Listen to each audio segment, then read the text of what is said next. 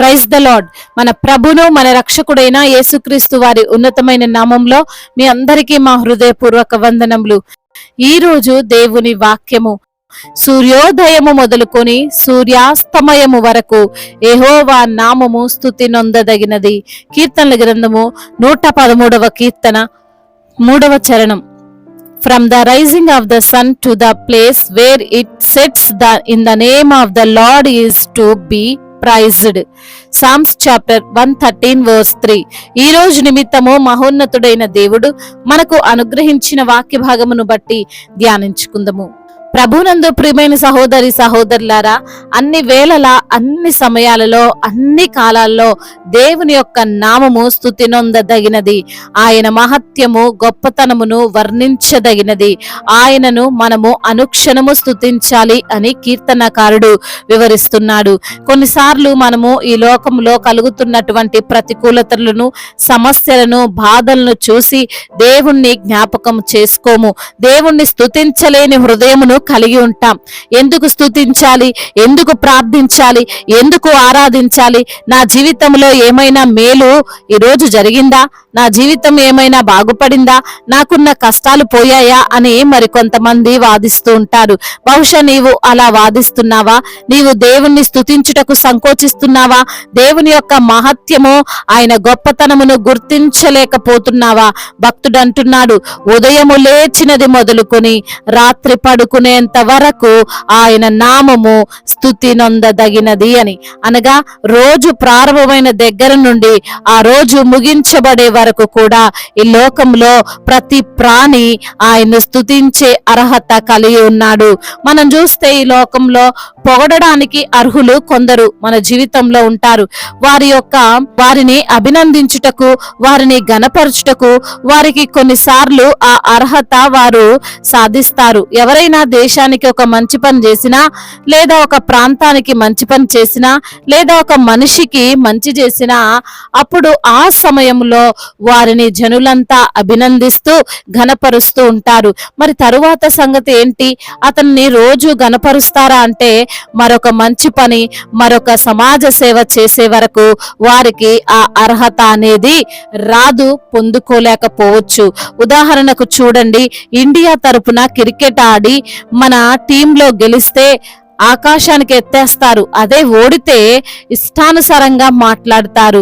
ఈ లోకంలో ప్రతి మనిషికి ఇంకొక మనిషి గౌరవం ఇవ్వాలన్నా, వారిని పొగడాలి అన్నా, వారికి ఆ మనిషికి దగ్గరగా ఆ అర్హత సాధించాలి. అది సహాయం చేసినన్ని రోజులు ఉంటుంది, అది అధికారంలో ఉన్నన్ని రోజులు ఉంటుంది, అది వారికి డబ్బు ఉన్నన్ని రోజులు ఉంటుంది.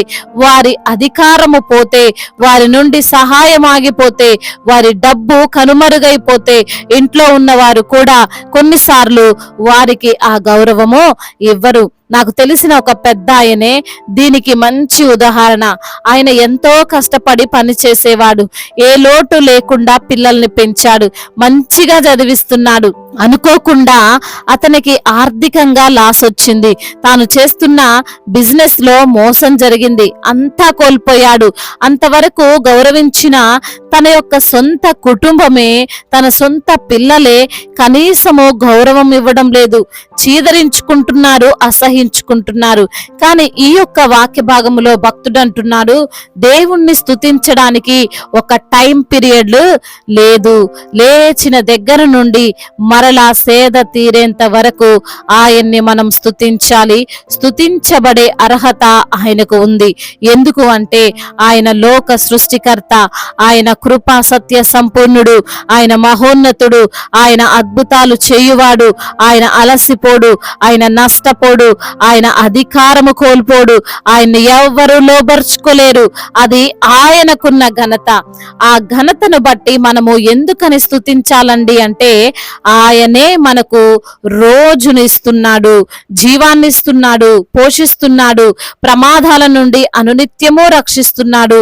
సమస్యలు వచ్చినప్పుడు మనల్ని బలపరుస్తూ ఆ సమస్యల్లో చిక్కుబడకుండా చిక్కుబడకుండా కాపాడుతున్నాడు. మనల్ని, మన కుటుంబాన్ని ఆయనే పోషిస్తున్నాడు. బహుశా ఈ రోజు నీవు బలహీనతల్లో ఉండొచ్చు. అయితే ఆ బలహీనతల్లోనే కూడా దేవుడు నీకు తోడుగా ఉన్నాడు. నిన్ను విడిచిపెట్టలేదు, నిన్ను వదిలిపెట్టలేదు. అందుకు నీవు ఆయన్ను స్తుతించాలి. ఆయన నామము స్తుతి నొందదగినది. ఆయన స్తుతులకు పాత్రుడు.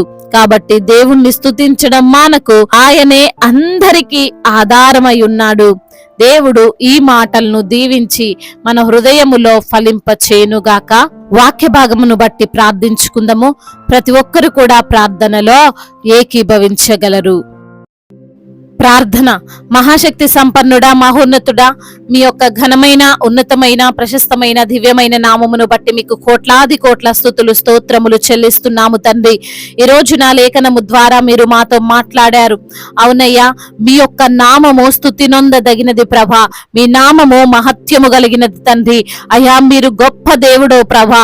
అయ్యా, మీ నామాన్ని మేము ఘనపరిచే వారముగా, స్తుతించే వారముగా ప్రభా, మరి తండ్రి అయ్యా, నిత్యము మిమ్మల్ని ఆరాధించే వారముగా మేము ఉండినప్పుడు నిత్యము మీరు మమ్మల్ని కాపాడుతారని, రక్షిస్తారని, ఎటువంటి శ్రమలు వచ్చినా, ఎటువంటి సమస్యలు వచ్చినా వాటన్నిటి నుండి ప్రభా మీరు మమ్మల్ని రక్షిస్తారని తండ్రి, మా కుటుంబాన్ని పోషిస్తారని, మమ్మల్ని బలపరుస్తారని, అయా బలహీనత కూడా బలంగా మార్చబడుతుందని తండ్రి లేఖనము ద్వారా మీరు మాతో మాట్లాడిన విధానాన్ని బట్టి వందనములయ్యా.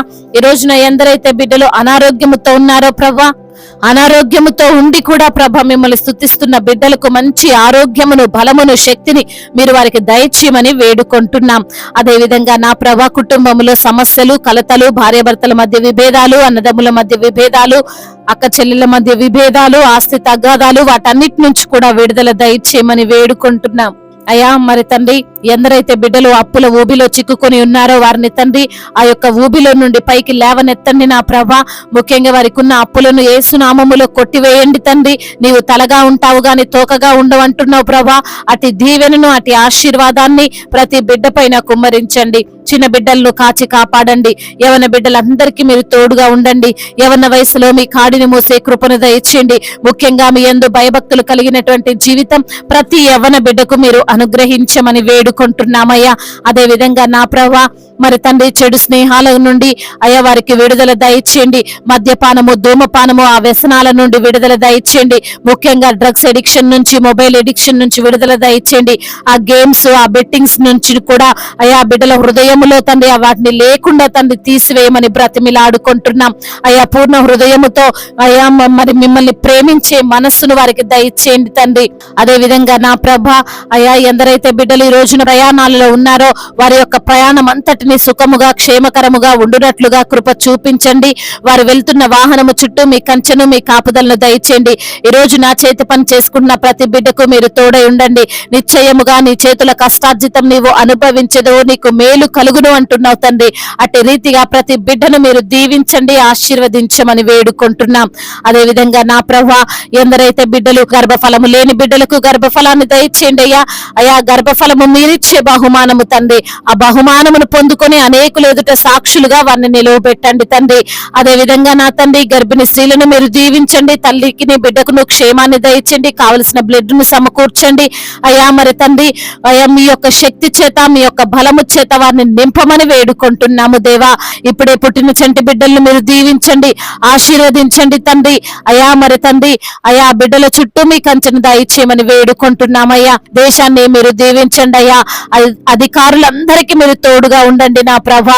అధికారులకు సమయోచితమైన జ్ఞానమును, తెలివిని, వివేచనను దయచేయండి. అదే విధంగా తండ్రి అయా, ఈ రోజున ఎందరైతే బిడ్డలు కోర్టు సమస్యలతో, భూతగాథ సమస్యలతో ఉన్నారో ప్రభా, వారిని మీరు జ్ఞాపకం చేసుకోండి. ఆ కోర్టు సమస్యల నుండి, భూతగాథ సమస్యల నుండి విడుదల దయచేయండి. ముఖ్యంగా వారికి మీరే న్యాయమును తీర్చండి. ఇతర దేశాల్లో ఉంటున్న ప్రతి బిడ్డకు మీరు తోడై ఉండండి. ఒంటరిగా ఉంటుండగా ప్రభా అయా, మీరే వారికి తోడుగా ఉండమని వేడుకుంటున్నాము తండ్రి. అదే విధంగా నా ప్రభా, దైవజనులందరికీ మీరు తోడై ఉండండి ప్రభా. వారు చేస్తున్న పరిచర్యను మీరు దీవించండి అయ్యా, విస్తరింప చేయండి దేవా. అదే విధంగా నా ప్రభా అయ్యా, ఎందరైతే బిడ్డలు అయ్యా మీ యొక్క సువార్త పని చేస్తున్నారో వారిని కూడా మీరు దీవించండి అయ్యా, ఆశీర్వదించండి. ఎక్కడైతే వారు సువార్త ప్రకటిస్తున్నారో అనేక ఆత్మలు తండ్రి రక్షింపబడినట్లుగా కృప చూపించమని బ్రతిమిలాడుకుంటున్నామయ్యా. మిషనరీస్ ని దీవించండి దేవా. అయ్యా, బిజినెస్ చేస్తున్న వారిని దీవించండి, నష్టాలను లాభకరంగా మార్చమని వేడుకుంటున్నామయ్యా. అనాథలను ఆదరించండి, అభాగ్యులను ఆదుకొనండి, తల్లిదండ్రి లేని వారి పక్షముగా మీరుండి న్యాయమును తీర్చమని వేడుకుంటున్నాం. అదే విధంగా నా ప్రభా అయ్యా, ఇంకా తండ్రి దుఃఖములో ఉన్న బిడ్డలు, వేదనతో ఉన్న బిడ్డలు, శ్రమలలో ఉన్నటువంటి బిడ్డలు, వారందరినీ కూడా మీరు ఆదరిస్తూ బలపరుస్తూ రమ్మని బ్రతిమిలాడుకుంటూ మానాథుడు, సర్వశక్తిమంతుడు, సజీవుడు, బలవంతుడైన యేసుక్రీస్తు వారి ఉన్నతమైన నామంలో ఈ ప్రార్థనను అడిగి వేడుకొని పొందుకొని ఉన్నాము మా ప్రియ పరలోకపు తండ్రి, ఆమేన్. ఈ రోజు పెళ్లి రోజు మరియు పుట్టినరోజు జరుపుకున్న వారందరినీ దేవుడు దీవించి సకల మేలులతో, సకల ఆశీర్వాదములతో, కృపాక్షేమములతో, శాంతి సమాధానముతో, మెండైన దీవెనలతో దేవుడు మిమ్మల్ని నింపునుగాక. మీ యొక్క ప్రార్థన అవసరతలను మాకు తెలియజేయగలరు. మీ కొరకు మేము తప్పక ప్రార్థిస్తాం.